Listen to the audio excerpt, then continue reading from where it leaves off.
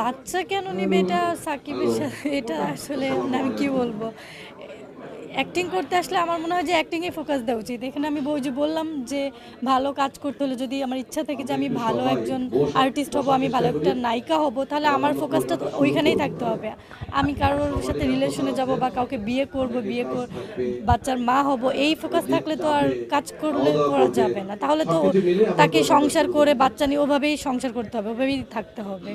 এখন সবাই তো আর ওইটা ফোকাস করে না। যারা অ্যাক্টিং করতে আসে, যারা হিরোইন হয়, তাদের ফোকাস থাকে যে আমি কিভাবে অনেক বড় হব, কিভাবে অ্যাক্টিংটা ভালো করব, ভালো ভালো কিছু কাজ করব। এই তো। আর যারা চিন্তা করে যে না আমি রিলেশন করব, আমি বিয়ে করব, বাচ্চা হবে, এটা তো তাদের ব্যাপার। আমি অ্যাকচুয়ালি এই ব্যাপারে বলতে পারবো না, বিকজ আমার সাথে এরকম কিছু হয়নি। আমার এইগুলোর কোনো এক্সপিরিয়েন্স নাই। অভিনয় ইচ্ছা আমার ছোট থেকে ইচ্ছা ছিল, কাজ করব, মিডিয়াতে কাজ করব। তো এভাবেই ফার্স্টে র্যাম্প থেকে ফটোশ্যুট এগুলা করেই তারপর অ্যাক্টিংয়ে আসা।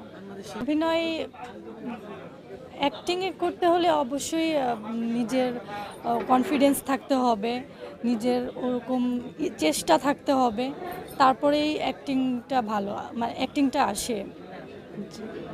অ্যাকচুয়ালি আমার মনে হয় যে সাকিব খানের সাথে অভিনয় বলতে আমার কাছে মনে হয় যে নিজেকে ওইভাবে স্মার্ট, তারপর অ্যাক্টিং, ডান্স, এগুলো সব কিছুই পারফেক্ট জানতে হবে। যেহেতু সাকিব আমাদের দেশের বড় একজন হিরো, তো তার সাথে কাজ করতে হলে অবশ্যই সব কিছুর এক্সপিরিয়েন্স, সব কিছু জানতে হবে। সাকিব লুকটা ভালো লাগে আমার কাছে, ফুল লুকটাই আমার ভালো লাগে।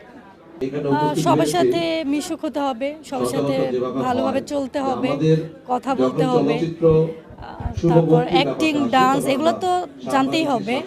তারপর নিজেকে সবসময় অলওয়েজ ফিট রাখতে হবে, সুন্দর করে কথা বলতে হবে, কথা বলা জানতে হবে।